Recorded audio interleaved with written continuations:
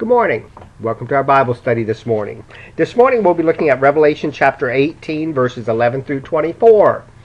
Revelation 18, 11 through 24. Keep in mind, we're continuing in a series from Revelation chapter 18 that involves God warning different groups of mankind about their need to separate themselves from Satan's kingdoms of this world. Those kingdoms include both the political powers of this world that are corrupt and that oppose God and His Word, as well as the false religions of this world that oppose God and His Word. Mankind should stay away from those. Mankind should separate themselves from those kingdoms of Satan. And we're clearly told that in chapter 18. If you remember previously in chapter 18, we saw that the Lord warned His people, those who are true believers, to stay away from the false religions of this world. Then we saw in the very next section, God warning the heads of the different political governments of this world, the kings, to stay away from the false religions of this world because they can corrupt them. And they can cause them to lead the people in their nation in a way that's displeasing to the Lord. You know, it's so important for the leaders of our nation to always keep their eyes on the Lord and on His will for the people's lives. And the kings of this world, the political leaders of this world, should be leading their people in a way that's pleasing to the Lord. But instead we find them following the different false religions of the world, whether it be atheism or whether it would be the other false religions that go through the motions of worship, but they're not worshiping the true God. Many times they follow their principles for leadership, which we can see gets the world in a whole lot of trouble, and we can see that on every hand right now. This morning we'll begin by looking at Revelation chapter 18, verses 11 through 17, the first part of verse 17. There we find the Lord warning the merchants of this world, those who do business in this world, to stay away from the kingdoms of Satan. Then we'll see in 18, the last part of verse 17, down through verse number 20, the Lord giving a warning to the mariners of this world. In other words, those who sell goods to the merchants, who then sell those goods, resell those goods to Satan's kingdoms. We'll look at that warning that the Lord gives to those who are making the goods and delivering the goods to those who in turn then use those goods to further this kingdom of Satan.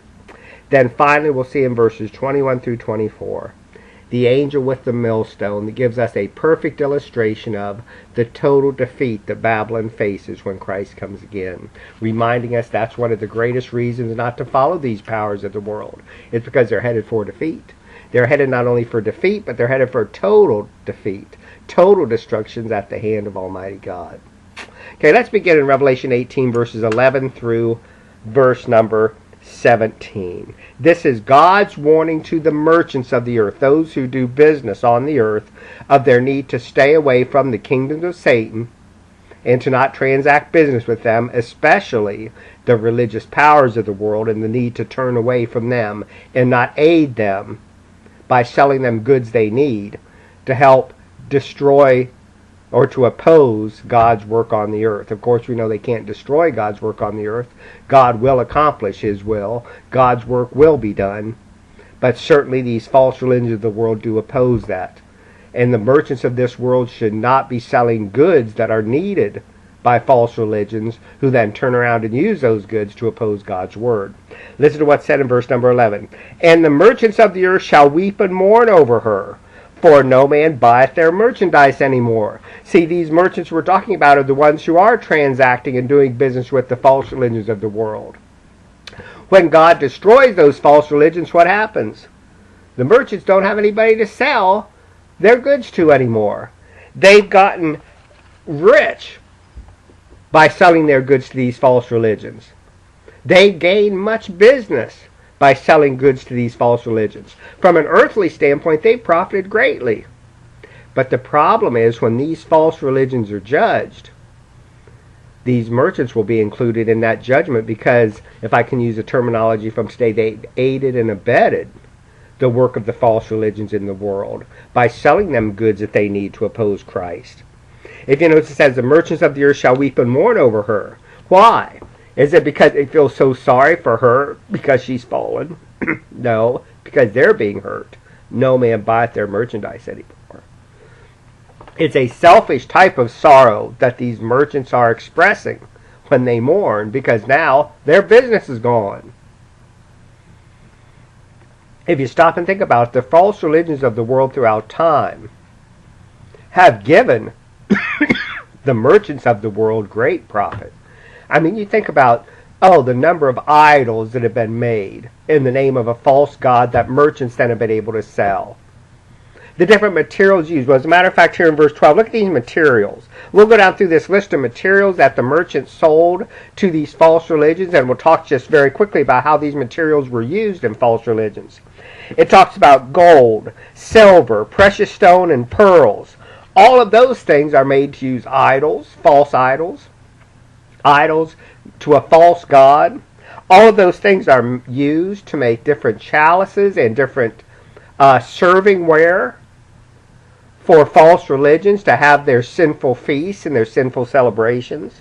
Also, building decorations. We know a lot of false religions have these tremendously beautiful, ornate buildings. Well, where do all those materials come from? It comes from merchants who've sold their goods to them so they can decorate their buildings in such a way. What's the Lord say? For merchants to sell their merchandise to false religions, to allow them to use that merchandise then to further their religious practices, is sinful in the eyes of the Lord. You go look at this list. It goes on. Fine linen, purple, silk, and scarlet. All that's talking about different materials. Well, we know. Clothing. In many cases, you see those who are in false religions wearing robes and wearing different clothing that sets them apart from the people sitting in the pew. You use fancy materials for those type of things. Also, again, the decorations in buildings. Many times buildings would have, curtains and drapes over them and different types of decorations in them. Well, the merchants back then were selling the false religions these things, and then they would decorate their buildings with it. Look at another one. Fine wood, ivory, precious wood, marble, brass, and iron. Different furnishings in the building would use those things. The building itself would use those things. Again, false idols use those things. Serving utensils, even the candlesticks that are used, would be a part of those materials that are used in the practice of false religions. How about the next one? Cinnamon, odors, ointments, frankincense. Different incense that is used by false religions would use those things. In some cases, even potions by certain false religions would be made with these things. Let's look at the next part of our list. Wine, oil, fine flour, wheat. All of that are things that are edible. Well, false religions, many of them have a set of ordinances that they practice, that people partake of. Different celebrations and feasts where people are eating. Here we can see how easily the merchants of the world would be able to sell their food products to the false religions so they could have these great sinful celebrations. How about next on the list? Beasts, sheep, horses, chariots, and slaves. Okay, I look at all that together in a group as things like animals for sacrifices, but also to work. Maybe to work on the buildings, to build the buildings. To be used to carry people, to carry their false teachings into other cities. All those type of things would be included in how you would use different animals. The idea of chariots, again, the idea of carrying things.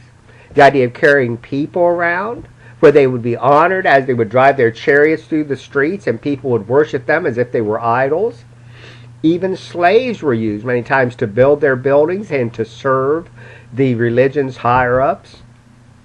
You can see how even slavery would play a role in false religions, as the merchants would supply the slaves that would supply the manpower needed by these false religions, whether it be to build their building or to serve those in a higher position in this false religion or whatever.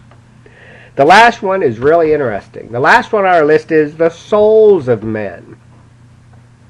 Now, many people I know look at this meaning the bodies of men or the physical life of men, and that's a part of it. But I really believe most of that is covered under the term of slavery before it, where he talked about the physical actions of men, those who are laboring. That's pictured as a slave. What do souls mean? I believe one of the greatest aspects of this is to trade men's spiritual welfare for worldly riches. What do false religions of the world do? They mislead mankind. They give them a message that will send them to utter spiritual destruction for the sake of benefiting with earthly riches and wealth from these people. Think about the false religions. You come and you meet with us. Okay, well, you be sure to give us everything you own. Just turn it over. And when you turn it over, you just make sure that you now do as we say. We're going to teach you what we believe you should do, and you need to live life according to that. So when we teach you it's okay to murder, we want you to murder. And we don't want you to question it because we're telling you it's okay to murder. The list goes on and on. These people's very spiritual end, their spiritual welfare is at stake when these false religions mislead people to live sinful lifestyles, turning them away from the Lord Jesus Christ, and they do it all for their own earthly benefit. That's how they market it, and that's how they benefit from the souls of men. Now, as we went down through this list, I want to be sure to make a mention of this, okay? We're talking about these things that take place with false religions. There's nothing necessarily wrong with having a beautiful building to worship in. There's nothing necessarily wrong to have, beautiful utensils and beautiful plates to observe an ordinance with. It's not the actual thing that's wrong. It's the fact it's aiding a false religion by supplying those things. That's where these people get in trouble. They're making a union with a false religion, supplying them with these things. You know, back in the Old Testament times, there was nothing wrong with animal sacrifices. But when they were sacrifices made to a false god, they were wrong. See, so that's what we're saying about this whole list. Keep in mind, in the context, this list is talking about merchants who sold these things not to God-fearing religions, or not to God-fearing Christians who wanted to worship the Lord with these things. They were selling these things to false religions who were opposing the work of the Lord and who were worshiping false gods with these things they were being sold. That's the difference. And so you have these merchants weeping over Mystery Babylon, the false religions of the world, and crying about it. Why? They're not making their money anymore. Why?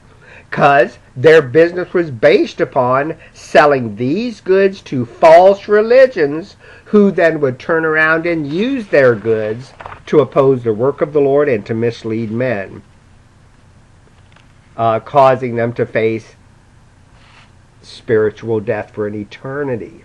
A death that's of separation from God for an eternity. Okay, that's what we're talking about in the context. It goes on. And the fruits that thy soul lusted after are departed from thee. Okay, so it's saying, look, all those fruits you lusted after, merchants, all that money you wanted, all that wealth you wanted, all that esteem you wanted, the public esteem, boy, he's a wonderful businessman. You know, we see that in today's time. There's nothing wrong with being a wonderful businessman, but we see it in today's time all the time. People have great respect for people like Bill Gates and other people who have become billionaires by what? By owning and operating a business. And people owe them great respect, and they give them great respect. Well, like I said, there's nothing wrong with being a wonderful businessman who was very successful, but you got to remember, everything comes from the Lord. If that businessman did make that money in a lawful way, and if he did make that money in a way that was not involved with sin, it's still only because the Lord has graced him with the intelligence and the ability to do so. So even those wealthiest of men who have built tremendous businesses in the world, how should we look at that? Should we worship them or practically worship them and say what great men they are? Or should we say, you know what, look at what a great God we have. He enabled this man to be able to build this kind of a successful business. He enabled these men to build that kind of a successful lifestyle around them where they were successful, it seemed like, in everything they touched. That's what a great God we serve. It's not so much in the men, but it's in the Lord who gave them those abilities. A lot of times I think the world misses that in today's time. We have a tendency to exalt and worship the man instead of the God who gave that man the ability he had. And believe me, that applies in every area of life, not just in business. Anybody who is successful in this world, a preacher that's successful, where you can see great fruits to his ministry, it's only because of the Lord. It's nothing in him. You know, every area of life, when you see men who are successful, the praise should go back to the Lord, because the Lord is the one that intervened in their life and allowed them to be successful. Okay, it goes on. The merchants of these things, which were rich by her, shall stand afar off, for fear of her torment, weeping and wailing, saying, Alas, alas, that great city, that was clothed in fine linen, purple and scarlet, and decked with gold and precious stones and pearls, for in 1 hour so great riches has come to naught. This is great. Here you have the merchants of the world now, and what are they saying? They're saying, wait a minute, we got to get away from her now. Before they loved these false religions, they linked up tightly with her, selling goods to her because they were getting rich. Now, when they see her being judged, they run away from her as quick as they can. What's the reasoning? They fear her torment, weeping and wailing. They're afraid, look, the Lord's got to judge me now with this same judgment I see the false religion facing. Why? Because they enabled the false religion to accomplish what they did. They gave them all the materials they needed to accomplish what they did. So now, out of fear, they run away. Again, you can see the selfish behavior of these merchants. They didn't care in the beginning when they first started to make the transactions with the false religions. They didn't care what the false religions were doing with their goods. Even if they were leading men astray, it's no big deal. They wanted to make the money. So they had a close union with them. Okay, but what happened? Now that the false religion is being judged, they want to get away as quick as they can. Why? For the same selfish reason. They don't want to have judgment fall upon them. So in both cases, you can see the making of the union and the breaking of the union were done for only selfish reasons. That's the problem we get into when we choose to live for the things of this world. And for each one of us, it's a danger. You know, we can choose with our life to live for the things of the world instead of putting our Lord first.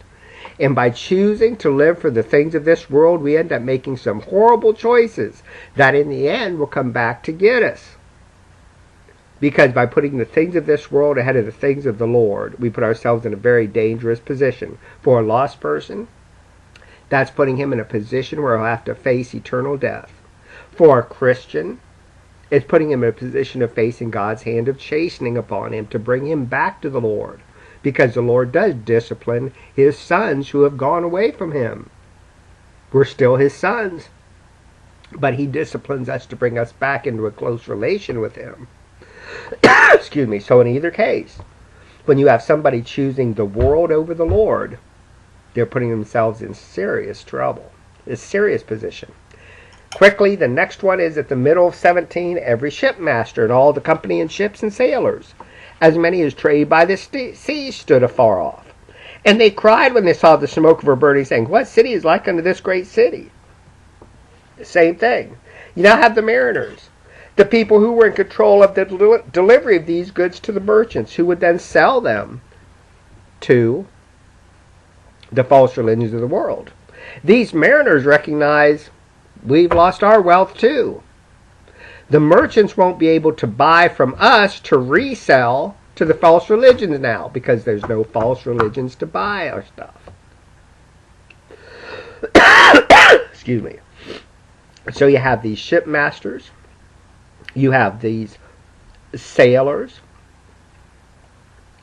now suffering and mourning because they see not their greatest customer. The merchants are their customers. But they see that their customer's best customer has gone down. So they realize that's going to affect their business too, the demand for their business. Again, quickly, let me just ask you very quickly. How many of us take into account when we have a business transaction with somebody, how many of us take into account how that person will use the goods we're making and what they will do with them? That's what both the idea of the merchants and the mariners should be teaching each one of us as Christians.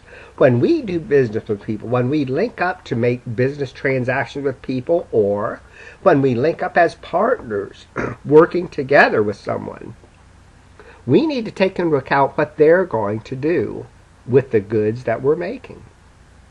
What are they going to do with it? Are they going to use them for God-honoring means, or are they going to use those goods to oppose the cause of Christ? Many times, folks, we don't think about that. We get so concerned about our business and how our business is going that we'll sell to anybody, irregardless of how they're going to use those goods that we sell to them. Well, in both the merchants and the mariners, we can see the need to look ahead. If I sell my goods to this person, and if I can know, what are they going to do with it then? It's really an important question that we need to start to consider. Because by doing that, by considering those things, we can greatly avoid doing business with the false religions of this world. Okay, goes on. They cast dust on their heads and cried, weeping and wailing, saying, Alas, alas, that great city wherein was made rich all that had ships in the sea by reason of her costliness, for in 1 hour she was made desolate. They say, man, in 1 hour's time, this gigantic false religious group that we thought would never come down, they've been brought down like that by the Lord at his second coming. They've been destroyed. Now, we're in trouble as well. Both in trouble in the sense of we're not making worldly riches anymore and wealth from them.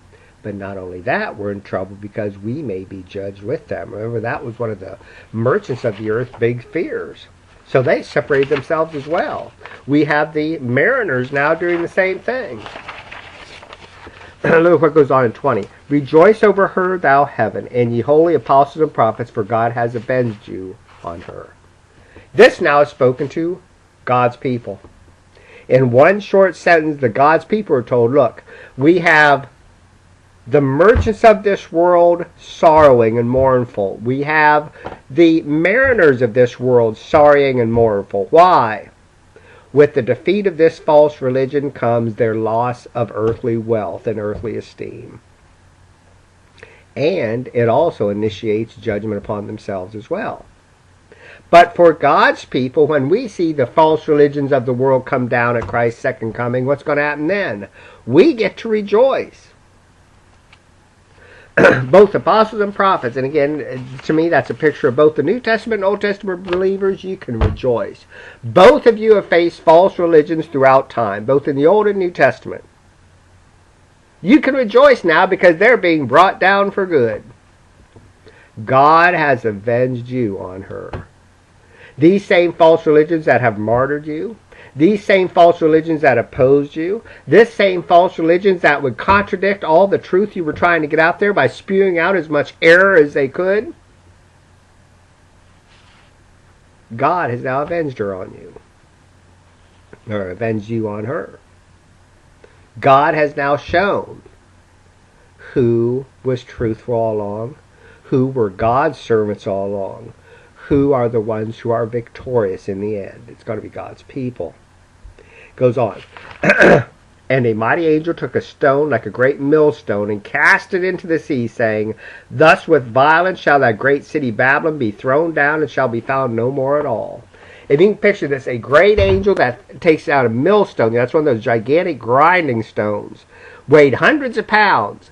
They cast it into the sea, and what happens to that stone? It goes beneath the sea, down to the very bottom where nobody can see it. And the angel saying, that is what the destruction of the false religions of this world is like. They're going to be totally destroyed to the point you won't even be able to find them on the earth. Notice he says at the very end, the great city Babylon be thrown down and shall be found no more at all. And we talked in previous chapters about how the great city of Babylon pictures the false religions of this world, especially, as well as the political kingdoms of this world. And how Mystery Babylon, the false religions of the world, are thrown down and shall be found no more at all. Total destruction, total removal from the face of the earth at Christ's second coming. And the voice of harpers and musicians and pipers and trumpeters shall be heard no more at all in thee. This whole list now coming up is simply rehearsing once again the total defeat of the false religions of the world. Okay, no more sounds of worship.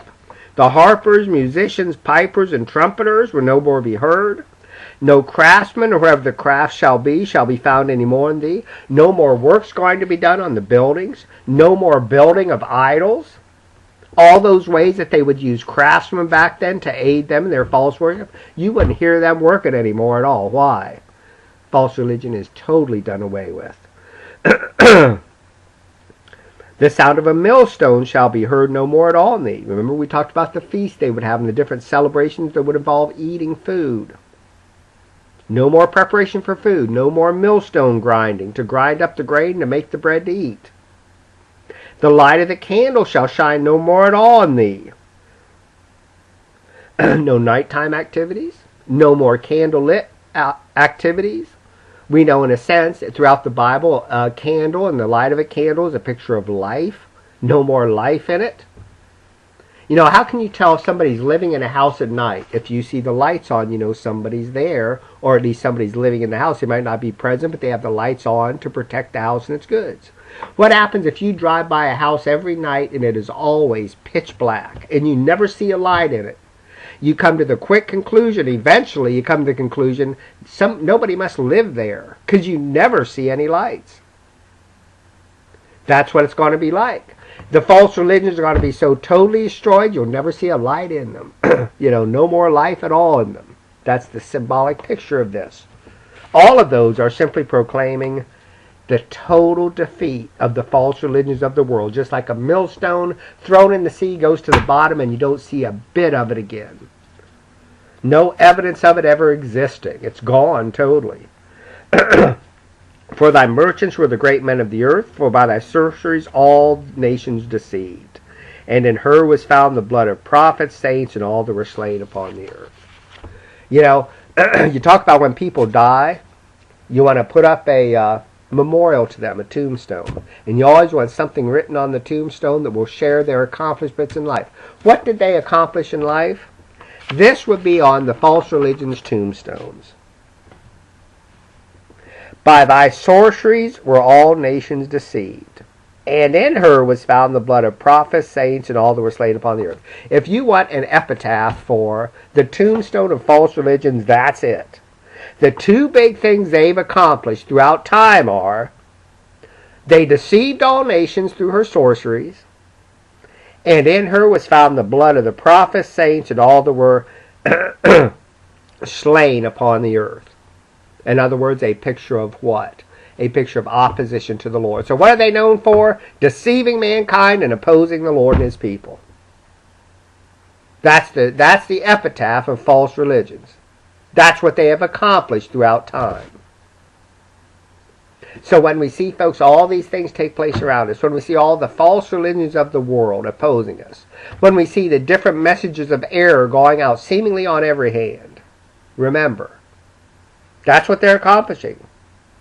But also remember, the angel throwing the millstone in the sea, that is their final end.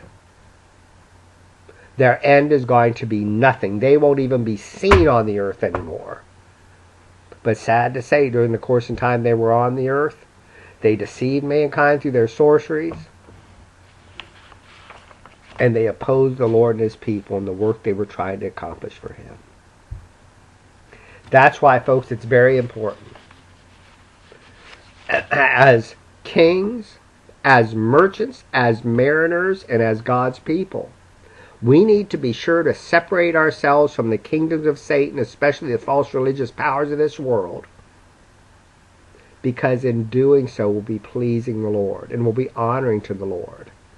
Because, folks, I'm telling you, when the judgment falls upon false religions, and it will, the Bible promises that, when the judgment falls on the false religions of this world, people who are linked up to that false religion, people who participate in that false religion, and people who have other relationships with that false religion, like economic relationships we were looking at now, they will taste the judgment that she is tasting as well. And we'll see that in Revelation chapter 19 as we begin our study in Revelation 19. We'll see in the later part of the chapter, we're going to see the Lord actually coming back at the second coming and how he utterly destroys the political kingdoms of this world, the religious kingdoms of this world, and those who are associated with it. Thank you again for spending time with me as we continue to study the book of Revelation. May the Lord bless you as you study his word.